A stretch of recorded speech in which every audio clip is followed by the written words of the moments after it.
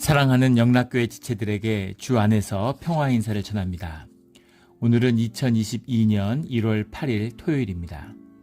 오늘의 묵상 본문은 출애굽기 14장 15절로 31절까지의 말씀입니다. 오늘 본문 말씀 15절부터의 말씀은 이렇게 시작합니다. 여호와께서 모세에게 이르시되 너는 어찌하여 내게 부르짖느냐.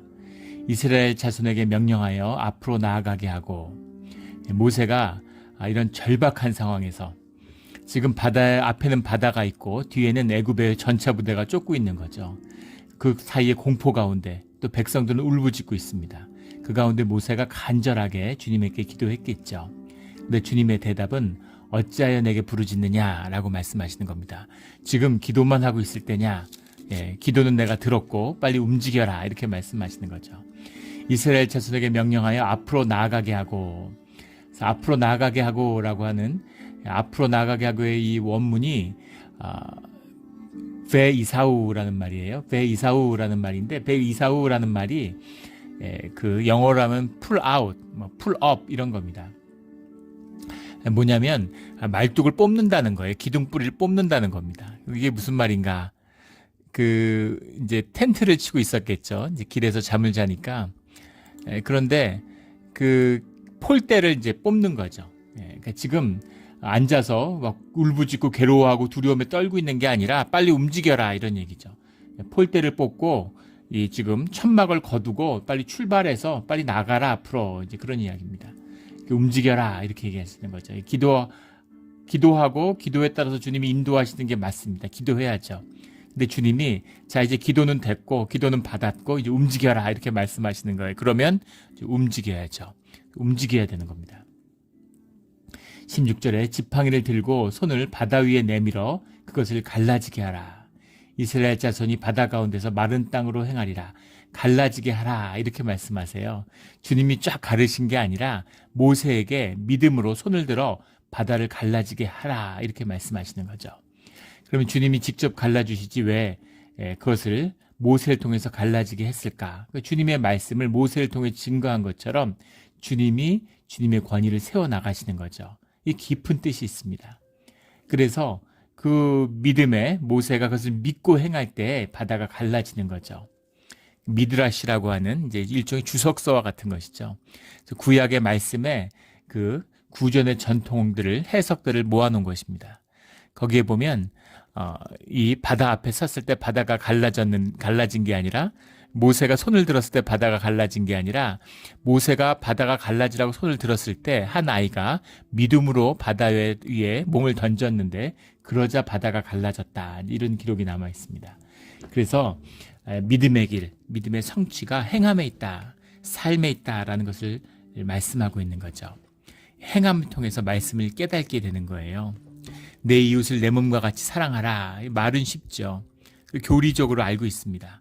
그러나 그것을 실제 삶에 행해 보면 그러면 주님을 알게 되는 거죠. 절대 우리는 그럴 수 없구나.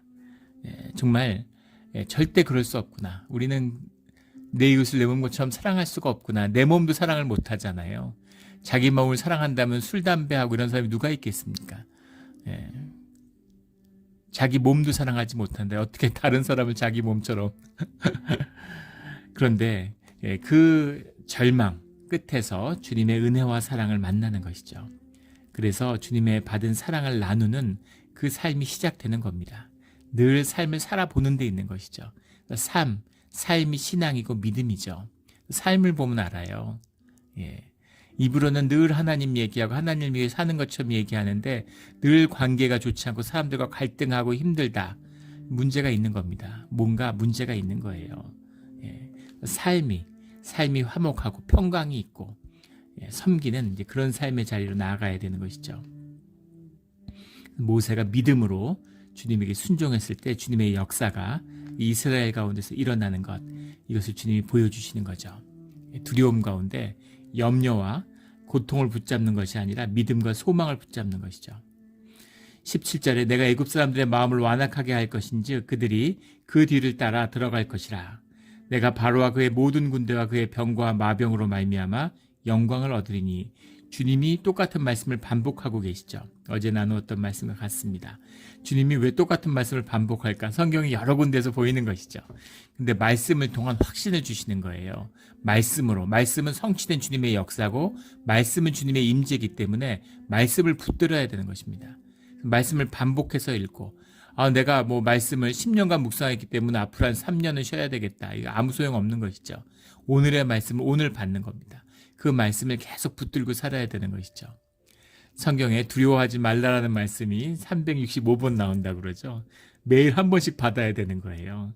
우리가 두려움 가운데 살고 있습니다. 우리의 육신이 두려움을 쫓아가요. 지금 이스라엘이 얼마나 두렵겠습니까?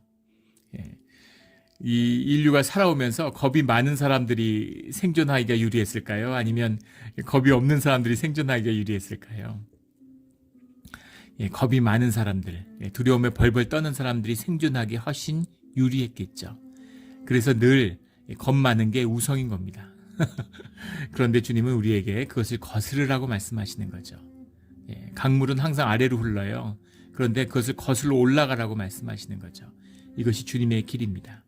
믿음을 붙들어라. 두려움을 꺾어라. 두려움을 이겨라. 이렇게 말씀하고 있는 거죠. 누구도 그렇게 할 수 없을 것 같지만 주님의 은혜의 사람들은 그 믿음을 붙들고 주님의 길을 간다는 것입니다. 애굽 사람들의 마음을 완악하게 할 것인지 완악하게 한다는 건 지금 마음이 못됐는데 더 못되게 한다 이런 뜻이 아니라 그들의 마음을 돌이켜서 선하게 하는 역사를 일으키시지 않는다는 거죠. 지금 죽이려고 색이 등등해서 마차를 갖고 쫓아왔어요. 그런데 하나님의 마음을 돌이켜서 극적으로 회개시켜서 그들로 내가 이러면 안 되지 하고 돌아가는 게 아니라 마음 그 악한 그대로 행하게 그냥 두겠다. 이 말씀은 마음을 완악하게 한다라는 말씀은 그것에 대한 징계와 심판을 내리겠다라는 말씀이신 거죠. 무서운 말씀입니다. 18절에 내가 바로와 그의 병거와 마병으로 말미암아 영광을 얻을 때야 애굽 사람들이 나를 여호와인 줄 알리라. 이 징계의 의미, 이 심판의 의미는 이스라엘뿐 아니라 애굽 사람에게도 하나님이 여호와이신 줄을 알게 하신다라는 그 뜻에 있는 것이죠. 19절에 이스라엘 진 앞에 가던 하나님의 사자가 그 뒤로 옮겨가매 구름기둥도 앞에서 그 뒤로 옮겨. 구름기둥이라는 건 인도하심의 표징인데 그 하나님의 사자라고 하는 말, 하나님의 사자는 뭐 천사일 수도 있겠지만 구약에서 하나님의 사자다 이러면은 하나님의 임재를 상징하는 겁니다. 그리스도의 표상이에요. 하나님의 사자가 나타났다라는 말. 하나님은 영이시니까 눈에 보이거나 사람들이 경험할 수 없죠. 그러나 그 하나님이 우리의 경험 속에 자신을 제한시키고 우리의 경험 가운데 들어오시는 것, 그 임재를 하나님의 사자 또는 천사다 이렇게 의미하는 겁니다. 하나님이 직접 그 자리에 함께 하셨다는 거예요. 그들의 뒤로 옮겨가매 여러 가지 복합적인 의미가 있는 굉장히 이제 깊이 있는 말씀이죠. 하나님이 무슨 사람처럼 신인 동형 같은 의미로 그리스도의 임재니까 이제 그런 식의 표현을 담고 있지만 하나님이 뭐 앞에만 계셨다가 뒤로 가면 뒤로 옮기시고 뭐 이러는 게 아니죠. 뒤에도 계시고 앞에도 계시고 앞에서 잘 안 보여서 뒤로 가시고 이런 게 아니잖아요. 뒤로 가실 수 있고 동시에 양쪽에 다 임재하실 수 있겠죠. 앞에서 구름기둥으로 끌고 뒤에도 구름기둥이 있을 수도 있겠죠. 그런데 그 임재, 주님이 임재가 그곳에 함께하고 계시고 주님의 역사하심이 지금 애굽을 향하고 있다고 하는 겁니다. 그렇다면 앞에서 인도해야 될 구름기둥이 뒤로 갔어요. 그 뒤에서 이제까지는 이스라엘을 인도해 주시고 이스라엘 앞길을 열어주던 구름기둥이 이제는 애굽이 오는 것을 막고 있는 그 길을 가는 것을 막는 구름기둥이 된 것입니다. 똑같은 구름기둥이 이스라엘에게는 길을 인도하고 길을 여는 것이 되고 애굽에게는 어둠이 되고 길을 막는 것이 된다는 거죠. 빛이 될 수도 있고 어둠이 될 수도 있는 그것을 보여주고 있는 거예요. 또 다른 의미는 그 구름기둥이 뒤에 있다는 게 무엇입니까? 구름기둥을 보고 쫓아갔는데 구름기둥이 앞에 있어야지 뒤에 있으면 어떻게 해요? 어디로 가라는 겁니까? 앞에는 바다가 있는데 이제까지 광야에서는 구름기둥이 잘 인도해 왔는데 이제 와서 바다 앞에서 지금 어떻게 해야 되는지 그걸 인도해야 될 결정적인 순간에 구름기둥이 안 보이는 것이죠.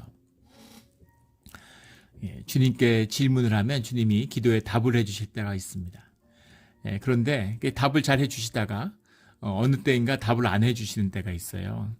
근데 그 질문을 안 해주시는 때는 물론 내가 잘못된 질문을 했거나 내 질문이 궤도를 이탈했기 때문일 수도 있습니다. 그러나 그 질문이 바람직한데 주님 안에서 들을 수 있는 질문인데 주님이 답을 안 해주신다. 그런 경우는 질문이 너무 좋았던 것이죠. 정말 좋은 질문을 하면 주님이 답을 안 하세요. 답을 안 하시는 건 그 질문의 답을 주님이 삶으로 깨닫게 해주시겠다. 이런 의미입니다. 그래서 그것은 굉장히 중요한 주님의 침묵은 큰 의미가 있어요. 지금 바다 앞에 섰는데 우리는 지금 그 앞뒤를 다 알고 보니까 하나님 같은 전지적 시점으로 보고 있는 것이죠. 그래서 이게 뭐 별로 평범하게 보이는데 구름 기둥을 계속 따라왔더니 벼랑인 거예요. 바다 앞이에요. 뒤에서는 애굽의 군대가 쫓아와요. 그런데 구름 기둥이 앞에 있지 않고 뒤로 간 것에서 사라진 겁니다. 정말 막막하겠죠. 이게 뭔가 도대체 어떻게 하라는 겁니까, 주님? 그런데 그 앞이 보이지 않는, 항상 길이 한 군데는 열리는데, 항상 길이 열리는데, 그런데 길이 한 군데도 열리지 않는 것 같은 때가 삶 가운데 있죠. 신앙의 길 가운데 그런 경험을 해보셨을 겁니다. 길이 항상 열려서 그 길로 가면 되는데, 어느 길이든 뭐 좋은 길이든 나쁜 길이든 주님이 인도하시는 길을 가면 되는 것이죠. 그런데 모든 길이 막혔을 때가 있어요. 그것은 하늘로 길이 열려 있는 것이죠. 그럴 때는 기도하라는 겁니다. 주님의 길을, 하늘의 길을, 하늘로부터 말미암는 길을 열린다라는 그런 의미가 담겨 있는 것이죠. 길 없는 곳에 길을 내시는 주님의 역사를 만난다라는 뜻이 들어있는 것입니다. 20절에 애굽진과 이스라엘 진 사이에 이르러 서니 저쪽에는 구름과 흑암이 있고 이쪽에는 밤이 밝음으로 밤새도록 저쪽이 이쪽에 가까이 하지 못하였더라. 우리는 이 홍해를 이제 지나는 이스라엘의 모습이 머릿속에 깊이 박혀 있습니다. 시각적으로. 10개라는 영화 속에서 그 주인공이 지팡이로 딱 치니까 그 산의 벼랑 위에 같은 데서 바다가 쫙 갈라지는 이제 그런 거를 헐리우드 영화에서 봤기 때문에 찰턴 헤스턴이죠. 찰턴 헤스턴이 모세로 나와서 팍 찍으니까 바다가 쫙 양쪽으로 열리는 그 헐리우드 영화사에 남는 최고의 장면 중에 하나라고 하죠. 그 시절에 그런 거를 연출했다는 게 대단하죠. 그게 머리에 박혀 있어서 꼭 모세의 바다가 그렇게 열렸을 것 같아요. 그런데 성경을 잘 읽어보면 말씀 가운데 그렇게 한순간에 열린 것이 아니라는 것을 보게 되는 거죠. 밤새 걸렸다는 겁니다. 낮이었는데 밤이 됐어요. 밤을 새운 거죠. 하루 종일 걸린 겁니다. 그런데 안개가 껴가지고 안개가 쫙 껴서 지금 애굽의 군대가 보이지 않아요. 그러나 소리는 들렸을 겁니다. 보이지 않는데 소리만 들리면 더 무섭죠. 모르니까 엄청난 공포감이 있는데 또 주님의 임재와 이제 그 밤인데 밝음이 있고 어둠이 있는 것이죠. 그 가운데서 믿음이냐, 믿음과 소망이냐, 절망과 죽음이냐 이 사이에서 고통받고 있는 것이죠.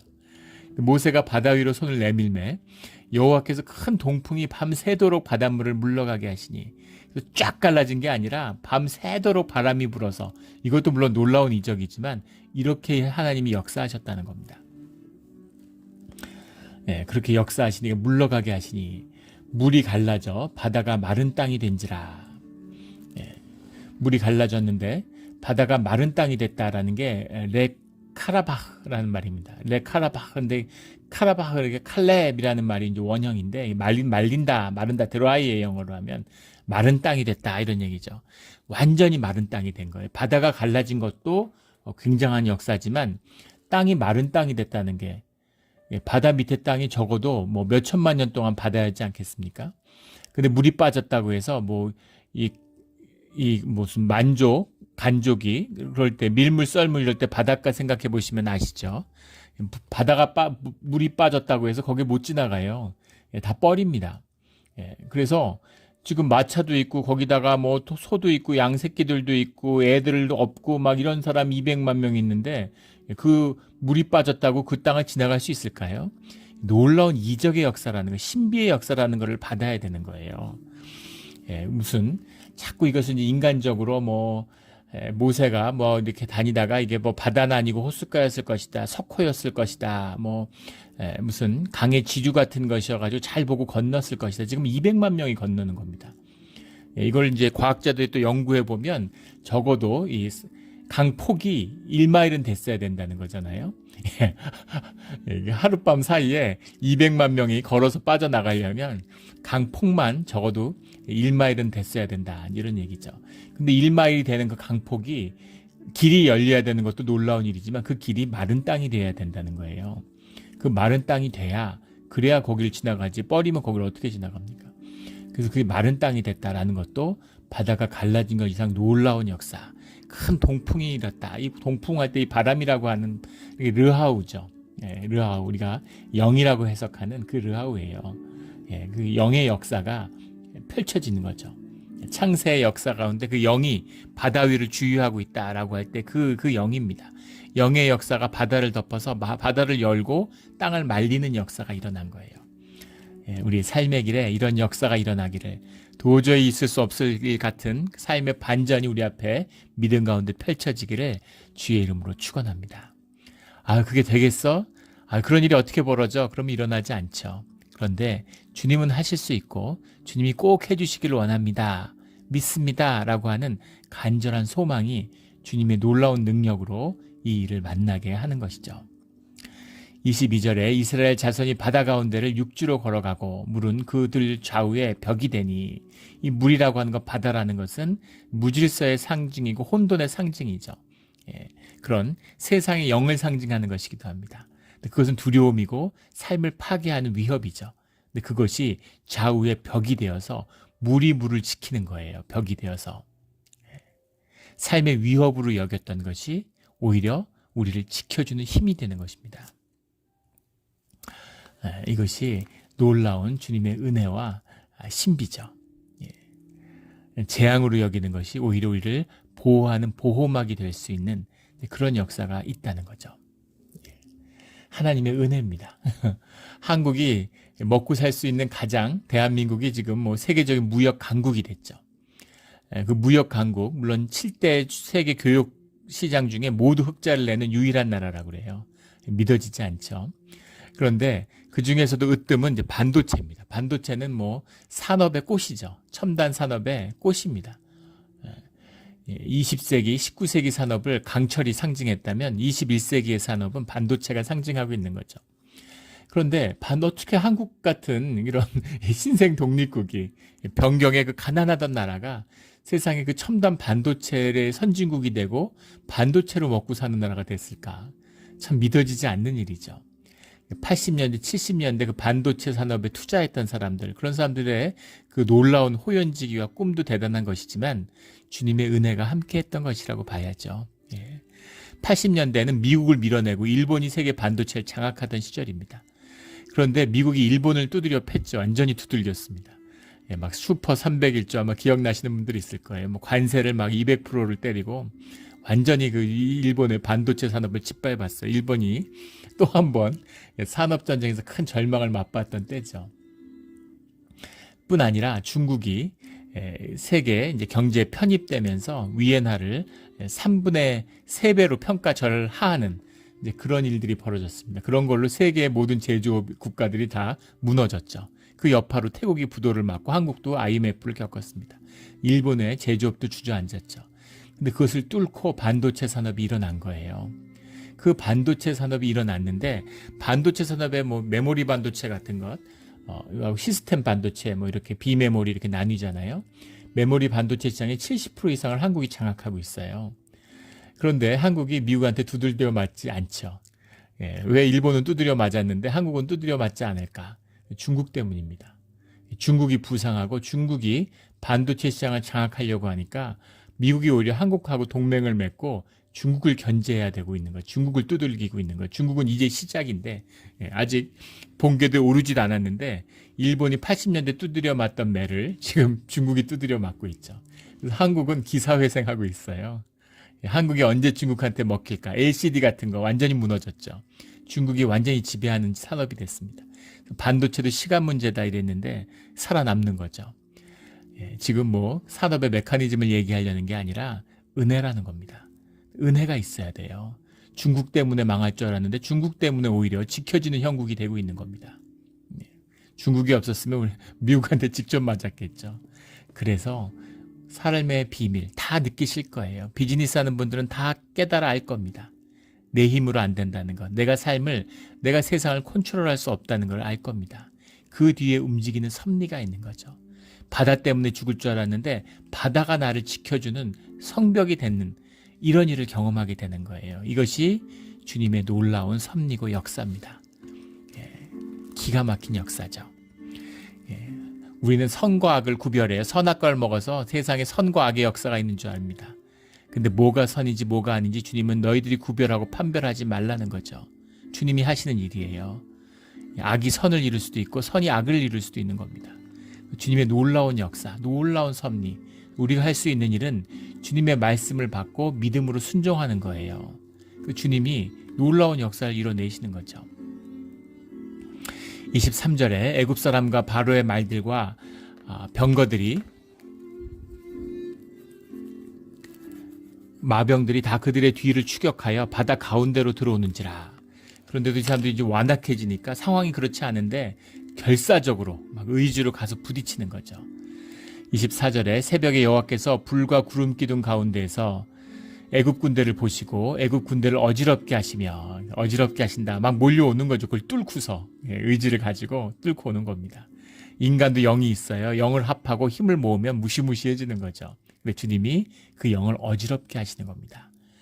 바이 야함이라는 말인데 야함이라는 게 흩은다, confuse 이런 말이에요. 흩어버린다. 이 말이 성경에 여러 차례 나오죠. 주님이 쓰시는 방법입니다. 사람들이 영을 하나로 모으는 것이 종교의 힘이죠. 영이 모으면 힘이 무시무시해지는 겁니다. 얼마나 무시무시해지는가를 몽골이나 청나라의 역사가 보여주고 있죠. 별 볼 일 없던 그런 이 몽골의 부족들이 마음을 합치니까 전 세계를 석권했어요. 명나라는 인구가 3억이 넘었죠. 역사적으로 가장 세계 경제의 경제 비중이 높았던 나라 중에 하나입니다. 절대적인 그런 부국이었죠. 그런데 만주에 사는 만주족들, 불과 몇만 명 안 되는 만주족들이 한 마음이 되니까 명나라를 무너뜨리고 중국을 250년간 지배하게 되죠. 어떻게 그럴 수가 있을까? 만주족이 명나라를 무너뜨린 건 오늘로 치면 쿠바가 미국을 점령한 거나 마찬가지. 상상이 되세요? 쿠바가 미국을 침공해가지고 미국을 250년 동안 지배한다고 생각해 보세요. 있을 수 없는 일, 상상할 수 없는 일인데 그런 일이 벌어지는 거죠.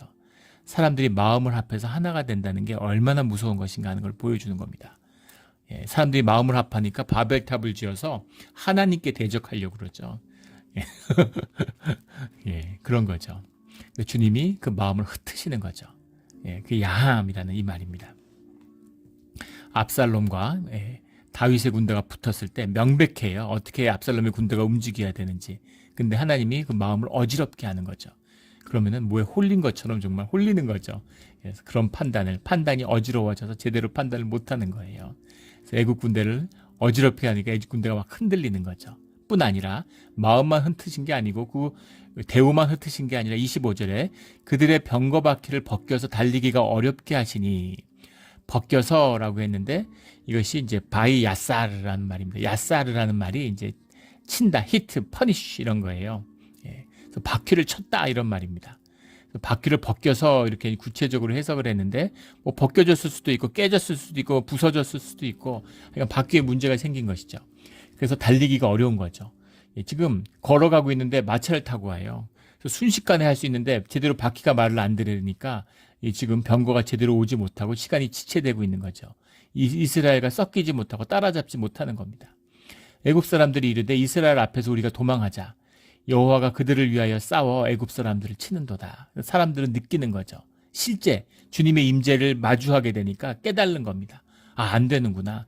우리가 지금 이스라엘과 싸우는 게 아니구나. 우리가 자연 무슨 환경과 싸우는 게 아니라 지금 주님과 싸우고 있구나. 하나님과 싸우는구나. 도망가야 되는구나 하는 거를 본능적으로 영을 가진 사람은 알게 되죠. 알게 되죠. 등산 같은 거 하다가 뭐 삼신각이나 선앙당 이런 거 만나보신 분들 계실 거예요. 거기에 불길한 기운 같은 걸 영이 압니다. 그런 곳에 있으면 안 된다는 걸 알고 그런 데 가서 호기심으로 들어가고 절대 그러면 안 되죠. 그런 데서는 도망치는 게 좋아요. 가까이 하지 않는 게 좋습니다. 그거죠. 주님이 주님의 그곳에 있는 걸 어떻게 모를 수가 있겠어요. 그러니까 도망쳐야 된다. 살려면 도망가자. 이렇게 마음들이 생기는 거죠. 그러나 26절에 여호와께서 모세에게 이르시되 내 손을 바다 위에 내밀어 물이 애굽 사람들과 그들의 병거들과 마병들 위에 다시 흐르게 하라. 모세가 그 손을 바다 위로 내밀어서 다시 이제 말씀을 선포하니까 물이 다시 밀려드는 거죠. 그래서 애굽의 병사들을 모두 쓸어냈다는 것입니다. 27절에 모세가 그 손을 바다 위로 내밀매 새벽이 되어 바다의 힘이 회복된지라. 애굽 사람들이 물을 거슬러 도망하나 여호와께서 애굽 사람들을 다 바다 가운데 엎으시니 바다가 덮쳐서 모든 마병과 그 군인들 온 신하들이 전부 다 쓸려가는 것이죠. 물이 다시 흘러 병거들과 기병들을 덮되 그들의 뒤를 따라 바다에 들어간 바로의 군대를 다 덮으니 하나도 남지 아니하였더라. 하나도 남지 않았다라는 건 거의 이제 전멸했다는 뜻입니다. 거의 전멸했지만 아멘호텝의 바로 왕은 살아남았던 것 같아요. 아멘호텝 2세로 보는데 아멘호텝 2세는 그 뒤에도 이제 20년을 더 집권하게 됩니다. 그리고 1898년에 아멘호텝 2세의 그 미이라가 발견됐죠. 그 유세비우스라고 하는 이제 역사가죠. 그가 역사의 기록에 보면 아르타파누스라고 하는 이제 그 애굽의 역사학자의 책을 인용하고 있는데 거기에 무슨 내용이 나오냐면 멤피스에 있는 제사장들의 증언을 기록한 것입니다. 근데 모세는 이 간조와 만조에 아주 능통한 자다라는 이야기가 나와요. 그러니까 물이 물러가고 들어오는 것에 대해서 아주 능통한 사람이다. 모세를 잡으러 갔다가 그 몰살을 당한 이 홍해 출애굽의 사건을 연상시키는 것이죠. 하나님을 보지 못하고 영의 역사를 보지 못하니까 눈으로 보기에는 이 모세가 보통 사람이 아니구나. 어떻게 홍해를 완전히 마스터해가지고 언제 물이 빠지고 언제 물이 들어오는 줄 알아서 기가 막힌 타이밍에 건너가고 애굽의 군대는 못 살렸구나. 이제 이렇게 생각을 하는 거죠. 현상만 보이는 사람이니까 이제 그렇게 볼 수밖에 없는 거죠. 하나님의 은혜를 입었다 이렇게 믿음의 사람들은 얘기하는 것이고 하나님을 보는 사람들, 못 보는 사람들은 야, 저 사람도 운이 지독하게 좋구나 이렇게 얘기하는 거죠. 세상엔 운이 좋다 이렇게 얘기하잖아요. 그런 것처럼 모세가 간조만조에 능통한 자였다. 그렇게밖에 볼 수 없겠죠. 바로는 왜 살아났을까? 왜 아멘호테브 2세는 가서 천수를 누렸을까? 그것도 은혜입니다. 만약에 아멘호테브 2세가 죽었다고 한번 생각해 보세요. 그럼 어떻게 됐을까요? 그 다음 바로가 바로 군대를 이끌고 광야에서 40년을 헤맸습니다. 바로 군대를 이끌고 지금 이스라엘을 잡겠다고 뛰어나왔을 거예요. 또 쳐들어왔을 겁니다. 그런데 그렇게 하지 않으셨어요. 그것은 이스라엘에게도 은혜고 동시에 애굽에게도 은혜인 것이죠. 우리 나폴레옹 전쟁 때 나폴레옹이 러시아를 이제 침략하게 되죠. 우리